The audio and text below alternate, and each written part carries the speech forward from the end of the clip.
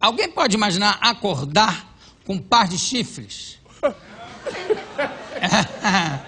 É o que aconteceu com o herói do livro do meu próximo convidado, Nelito Fernandes. Venha pra cá.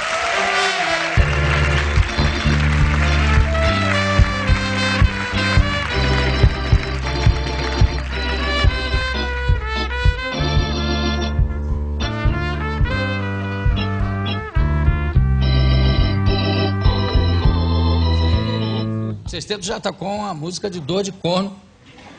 Muito bem, maestro. Ligada ao par de chifres. Né? O Bira se identificou. O Bira tá...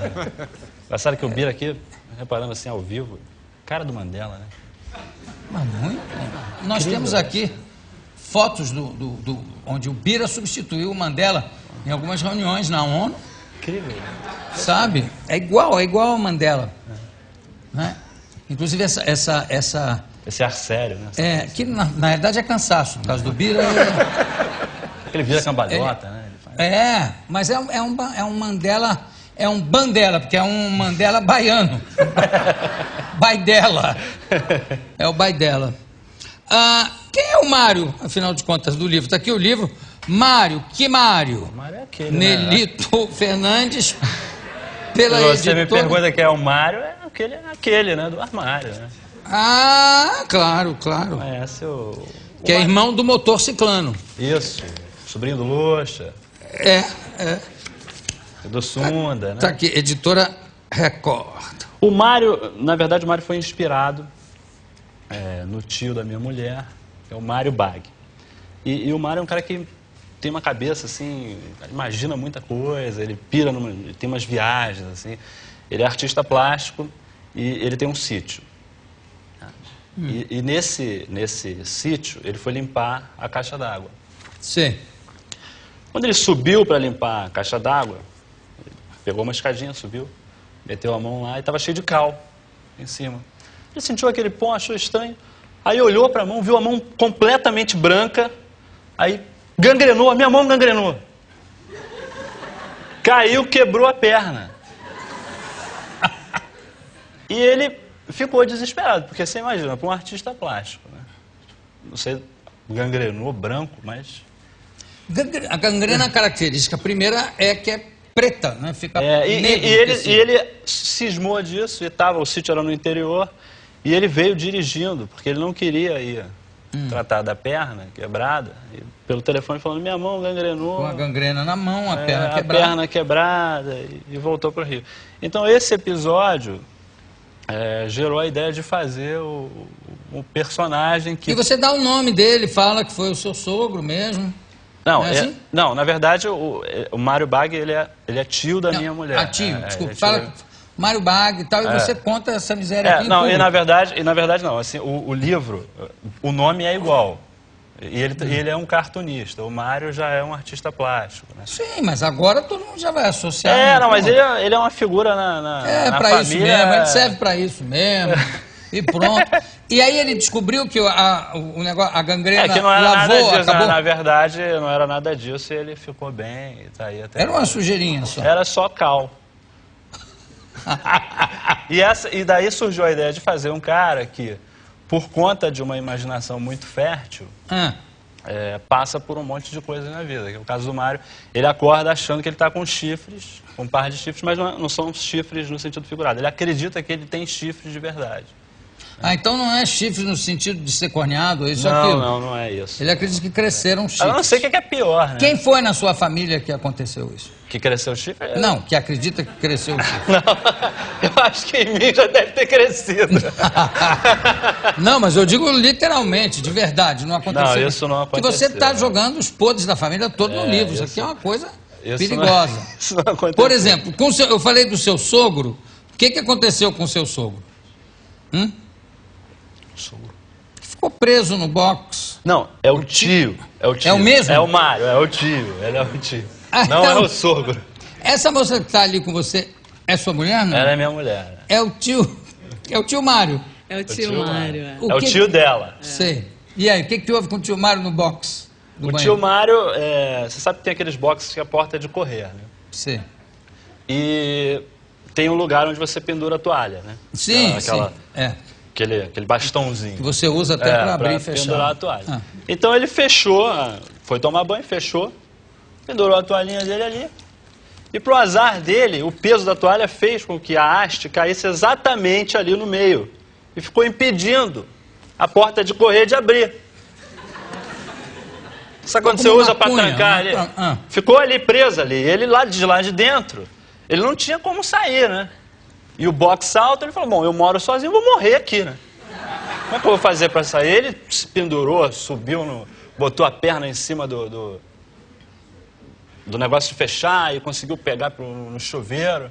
E aí saiu e finalmente pôde. E ele protagonizou uma história que ele é o cara, literalmente o cara que saiu de casa para pegar o jornal e ficou pelado.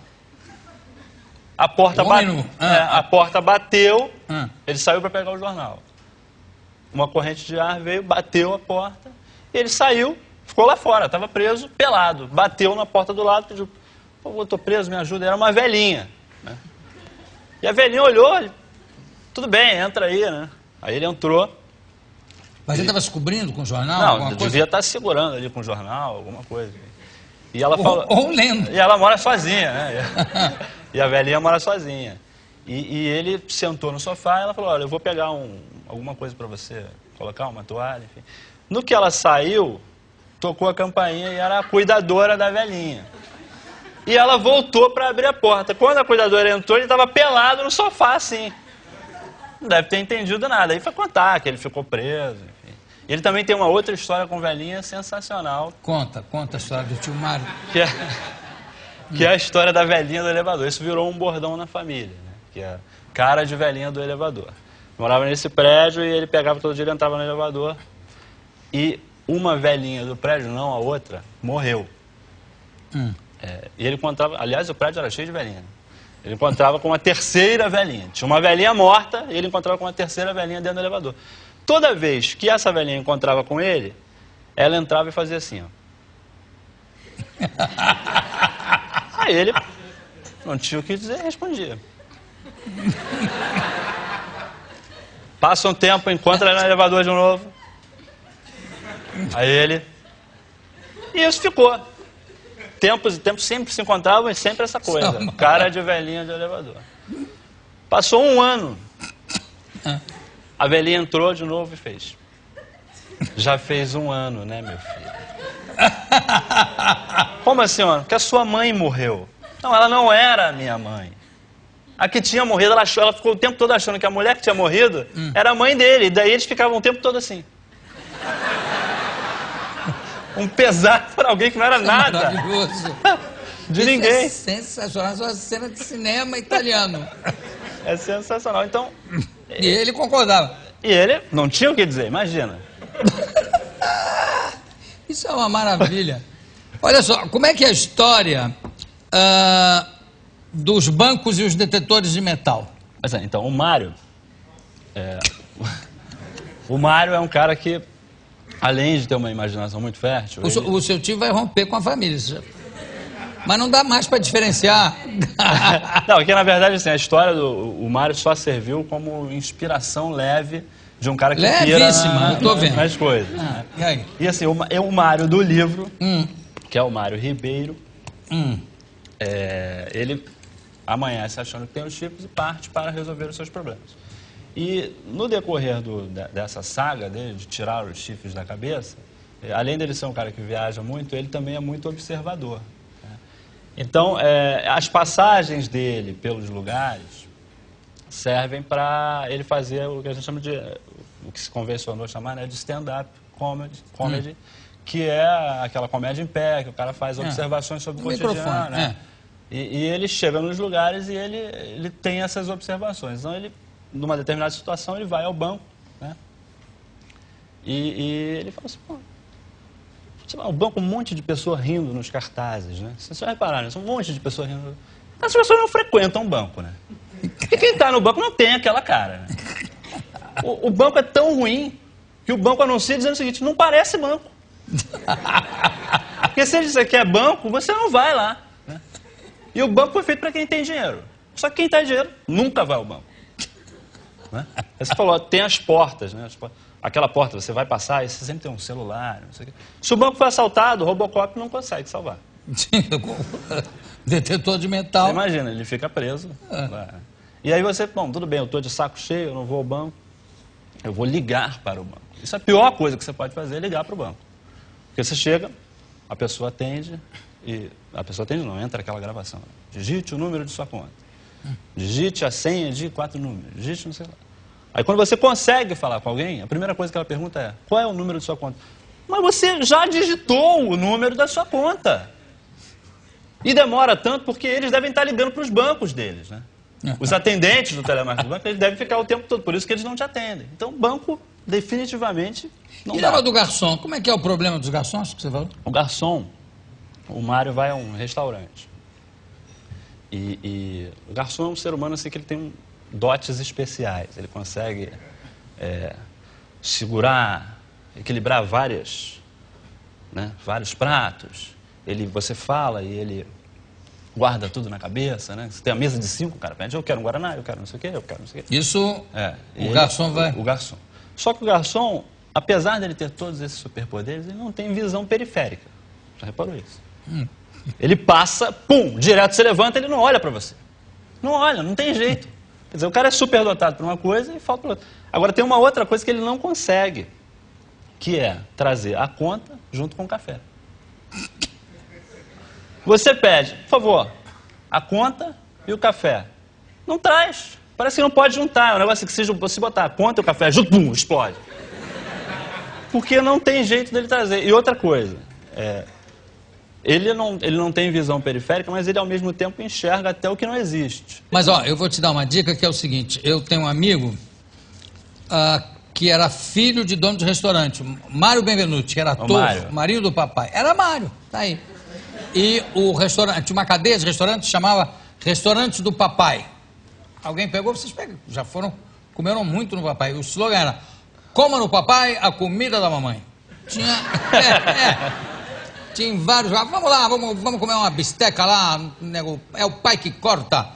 E uma vez eu estava com ele num outro restaurante chamando o garçom, garçom, e não vinha mesmo. Aí ele falou, você não sabe chamar garçom? Eu sei porque eu sou filho da universidade, eu sei como é que chama garçom.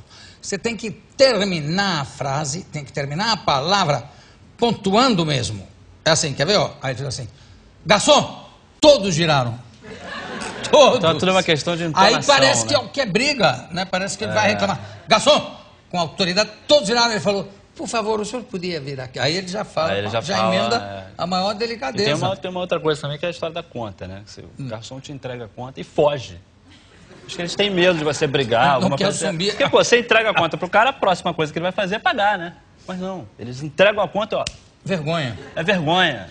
E vem cá, e o livro de autoajuda, como é que é isso? E o Mário, por conta dessa história de imaginar coisas, ele imagina que presenciou um assassinato, parte para investigar e acaba sendo demitido do trabalho dele por conta dessa investigação. E por causa disso, ele cria um escritor de livros de autoajuda chamado Vanderlei. Qual o nome? Vanderlei. Vanderlei Flanders. E esse escritor acaba fazendo muito sucesso. Ele faz um livro chamado... O título do livro é tão grande. Tem aqui atrás tem aqui a capa. Vamos ver aqui. Lições de vida. 101 hábitos. Vai, lê aí. 101 hábitos de pessoas que mexeram no seu queijo, fizeram amigos e influenciaram pessoas graças à arte das afirmações afirmativas. Vanderlei Flanders, PhD. Tem mais alguma coisa no telão? Tem. Mais de 2 milhões... mais de 2 o quê? Mais de 2 milhões de exemplares impressos. Assim? Impressos. Vendidos não é problema dele. Mas sempre, essas coisas sempre fazem muito sucesso, né? Você falou do negócio do Mandela, a gente entrou em contato via link satélite para mostrar essa imagem que foi colhida ainda na ONU naquela época. Cadê?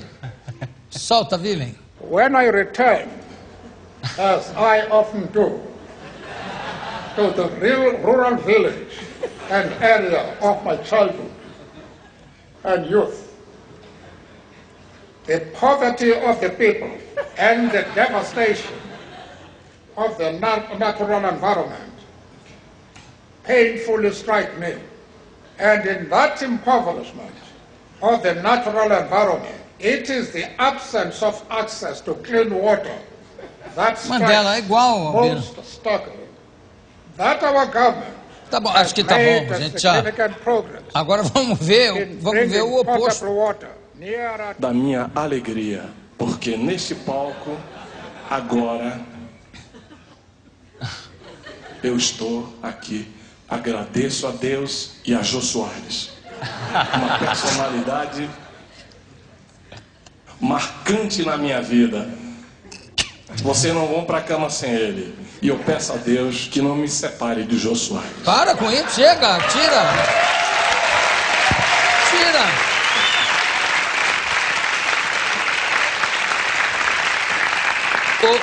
Ô Nelito.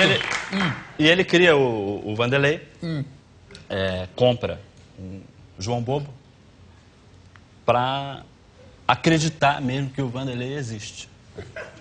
Então ele bate altos papos com o João Bobo, ele põe o João Bobo na sala, conversa com né? E o livro é uma picaretagem só, porque essas lições de vida ele tira de coisas que acontecem normalmente no cotidiano.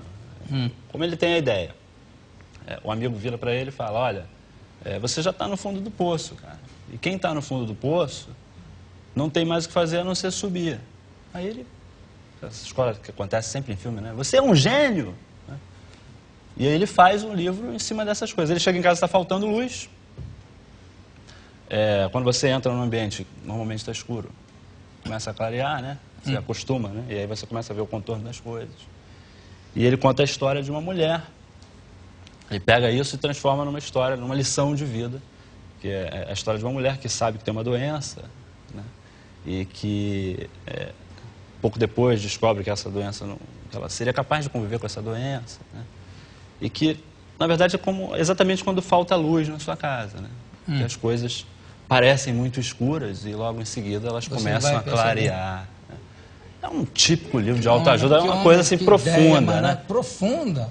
Agora, como é que é o negócio das tendências da imprensa? Isso eu sou jornalista, trabalho na revista, a mulher está até rindo, ela trabalha também lá comigo. Aonde? Na revista Época. E a tendência é o seguinte, o jornalismo faz matérias de comportamento. Né? Então, se você começa a ver um cara com uma camisa azul, com um bonequinho, a gente já faz uma reportagem, se encontrou um, é tendência. Isso é uma tendência. 2 é moda, e 3 é um fenômeno. 3 é um fenômeno, a gente tem que dar 3 páginas sobre isso, então é assim que se faz essas matérias. Umzinho é tendência, se não tiver 3 aí já não dá para fazer, mas já dá para dizer que é uma modinha. E normalmente é o cara que assim, aí você fala com aquele que está com aquela camisa azul, você conhece mais alguém que usa ele? Não, conheço sim. Aí se você vai ver, o cara manda falar com já é o filho do dono da loja que vende aquela camisa azul. E a coisa vira moda, é sensacional. Gente, eu conversei aqui com Nelito Fernandes. Também gostei. Que está lançando o livro Mário. Que Mário? Pela editora Record. Olha, e manda um beijo pro Mário. Além de tudo. Daqui a pouco a gente volta.